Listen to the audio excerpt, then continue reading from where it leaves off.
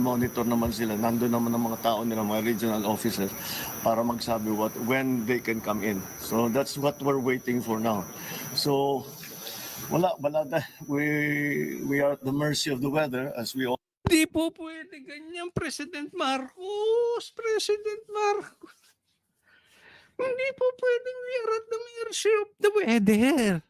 Anong klaseng leader ba ito si Marcos? President Marcos, hindi po ikaw ang tumira doon sa mga tinitirhan ng mga mabababa, yung mga mahihirap nating mga kababayan.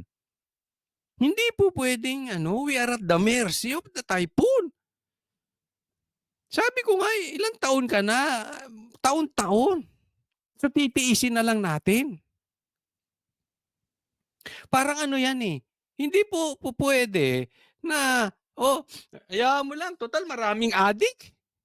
Wala tayong magawa sa adik kasi ganyan talaga sa Pilipinas, daming adik, daming nag-aamok. May solusyonan mo yung mga adik. Pambihira. Alam mo yung pinapanood ko yung kanilang meeting na sa kanyang mga gabinete. Ako naiisip ko lang kung naniniwala ba sa solusyon I mean, kung kumukuha ba talaga sila ng leading doon sa kanilang leader na si Marcos. Diba pagka may tinanong ka, kasi nag-e-expect ka ng something doon sa yung leader. Alam mo yung mga pinagsasabi ni Marcos?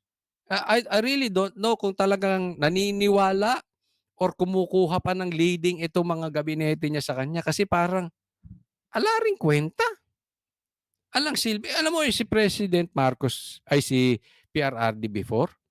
Pag nagsalita yan ng ganyan, talagang alam mo, susundan mo yung leading niya Kasi may direksyon.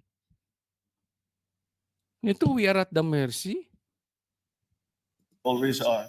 So we will just have to wait for the true effects of this typhoon, Christine. All right? Thank you. So kayo mga Pilipino, tayong mga Pilipino, tiis-tiis na lang tayo. So kada bagyo, magbilang tayo ng mga mamatay. Dahil hindi napupunta doon sa pag-ayos ng sistema nang sa ganun ay hindi tayo binabaha. Yung pera hindi ko alam kung saan napupunta. Pero yan dapat inaayos na para hindi na in the first place nagkakabaha. Alam mo, nakakaawa ng mga napapanood ko, pamilya nangamatay yung mga anak.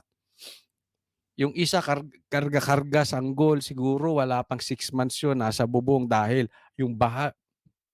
Ay nako. Yung isa nakakapit na lang sa puno.